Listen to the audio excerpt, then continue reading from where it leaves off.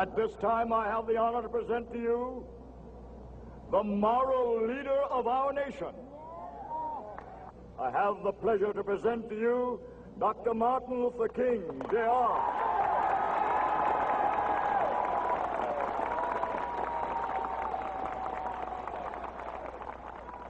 I am happy to join with you today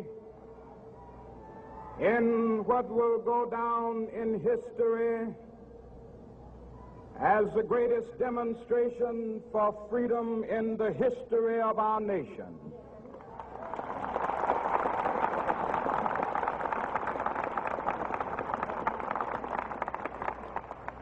Five score years ago, a great American in whose symbolic shadow we stand today signed the Emancipation Proclamation. This momentous decree came as a great beacon light of hope to millions of Negro slaves who had been seared in the flames of withering injustice. It came as a joyous daybreak to end the long night of their captivity. But 100 years later, the Negro still is not free. 100 years later, the life of the Negro is still sadly crippled by the manacles of segregation and the chains of discrimination.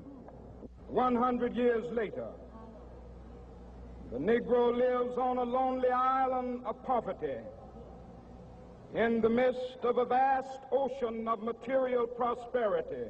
100 years later,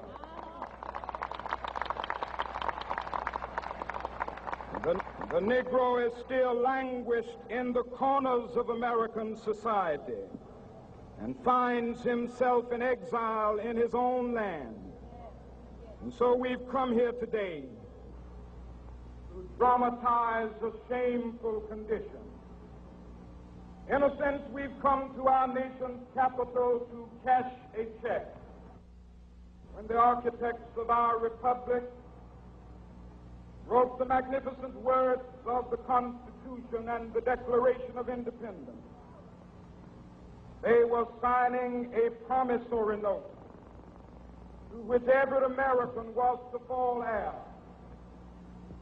This note was a promise that all men, yes, black men as well as white men, would be guaranteed the unalienable rights of life, liberty, and the pursuit of happiness. It is obvious today that America has defaulted on this promissory note insofar as her citizens of color are concerned. Instead of honoring this sacred obligation, America has given the Negro people a bad check, a check which has come back marked insufficient funds.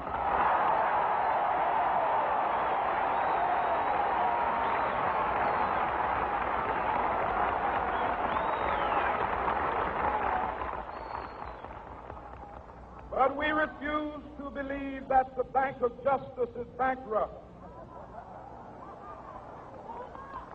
We refuse to believe that there are insufficient funds in the great vaults of opportunity of this nation. So we've come to cash this check, a check that will give us upon demand the riches of freedom and the security of justice.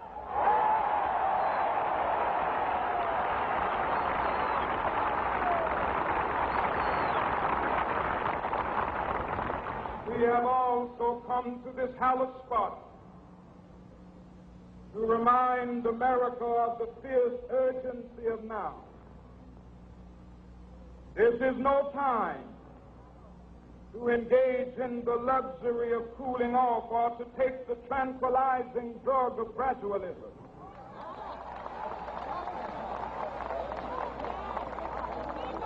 Now is the time to make real the promises of democracy. Now is the time to rise from the dark and desolate valley of segregation to the sunlit path of racial justice. Now is the time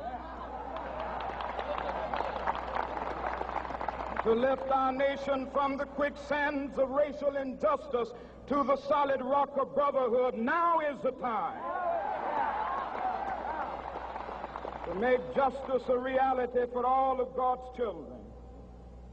It would be fatal for the nation to overlook the urgency of the moment. This sweltering summit of the Negro's legitimate discontent will not pass until that is an invigorating autumn of freedom and equality. 1963 is not an end, but a beginning.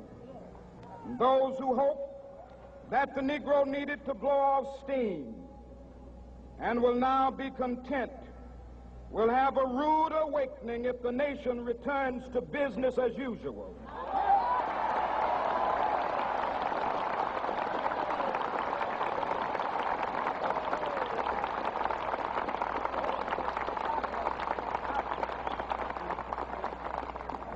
There will be neither rest nor tranquility in America until the Negro is granted his citizenship rights.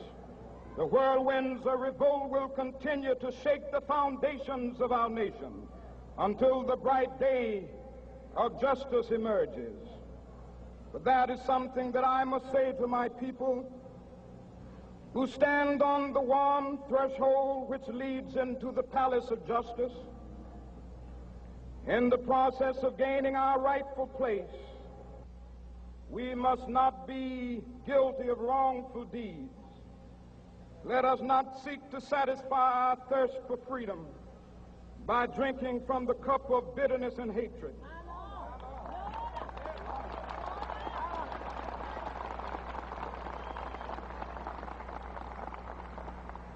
We must forever conduct our struggle on the high plane of dignity and discipline.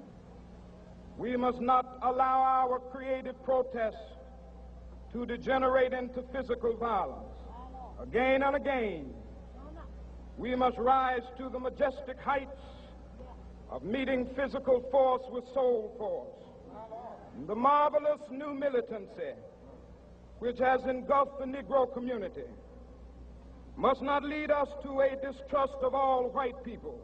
For many of our white brothers, as evidenced by their presence here today, have come to realize that their destiny is tied up with our destiny.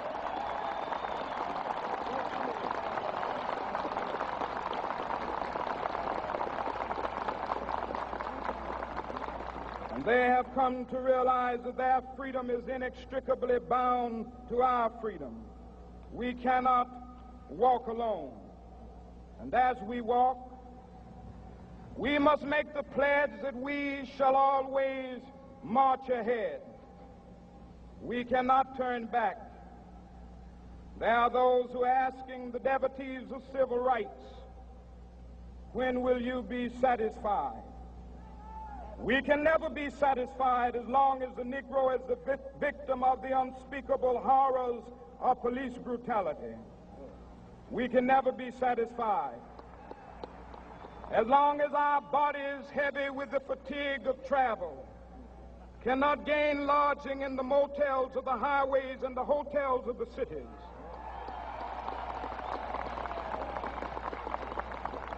We cannot be satisfied as long as the Negro's basic mobility is from a smaller ghetto to a larger one. We can never be satisfied as long as our children are stripped of their selfhood and robbed of their dignity by signs stating for whites only.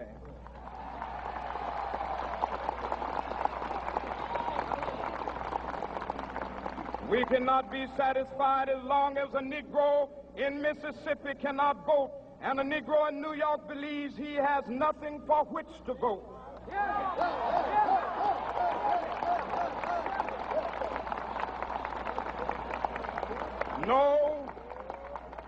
No, we are not satisfied, and we will not be satisfied until justice rolls down like waters and righteousness like a mighty stream.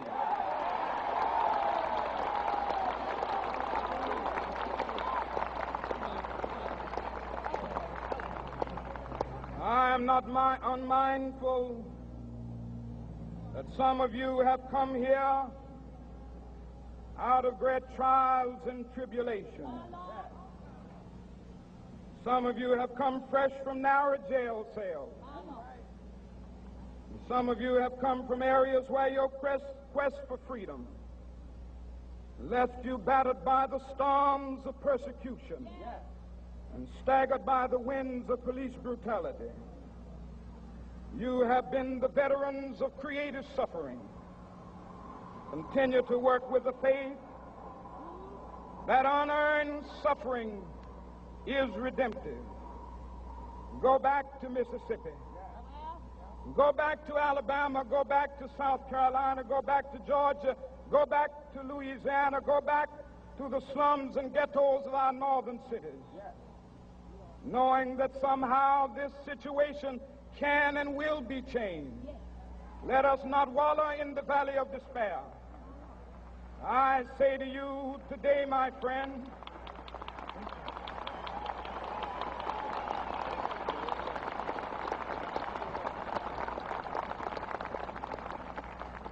so even though we face the difficulties of today and tomorrow, I still have a dream.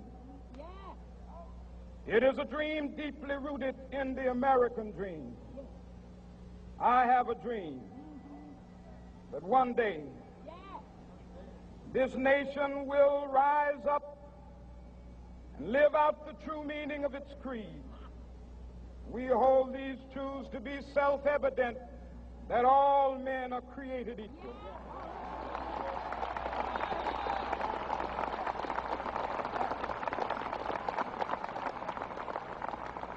I have a dream that one day on the red hills of Georgia, the sons of former slaves and the sons of former slave owners will be able to sit down together at the table of brotherhood.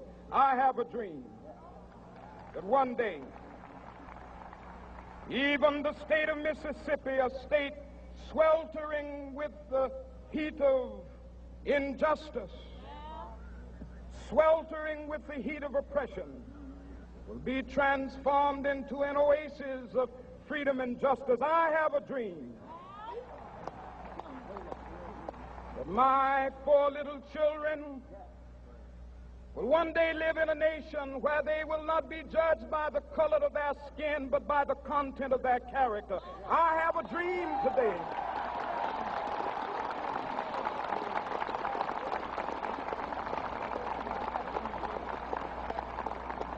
I have a dream that one day down in Alabama, with its vicious racists, with its governor having his lips dripping with the words of interposition and nullification, one day right there in Alabama, little black boys and black girls will be able to join hands with little white boys and white girls as sisters and brothers. I have a dream today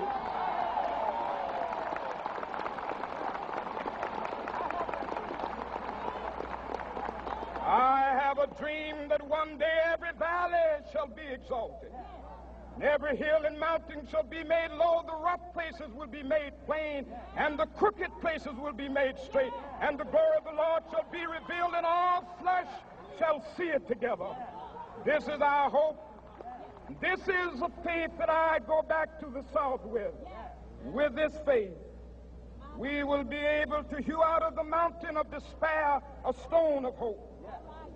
With this faith, we will be able to transform the jangling discords of our nation into a beautiful symphony of brotherhood.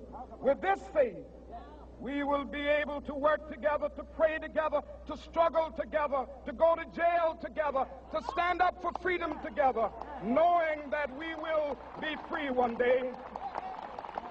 This will be the day.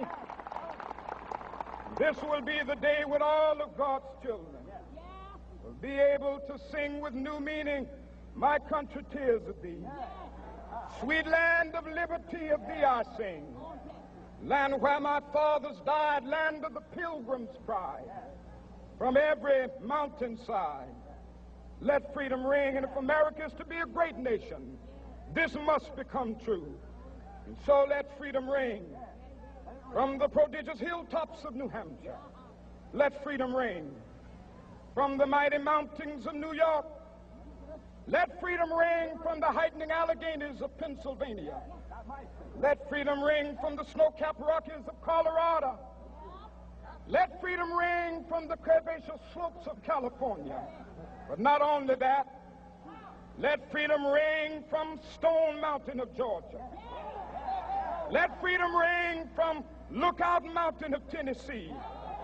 Let freedom ring from every hill and molehill of Mississippi, from every mountainside. Let freedom ring, and when this happens, and when we allow freedom ring, when we let it ring from every village and every hamlet, from every state and every city, we will be able to speed up that day when all of God's children, black men and white men, Jews and Gentiles, Protestants and Catholics, will be able to join hands and sing in the words of the old Negro spiritual, free at last, thank God Almighty, we are free at last.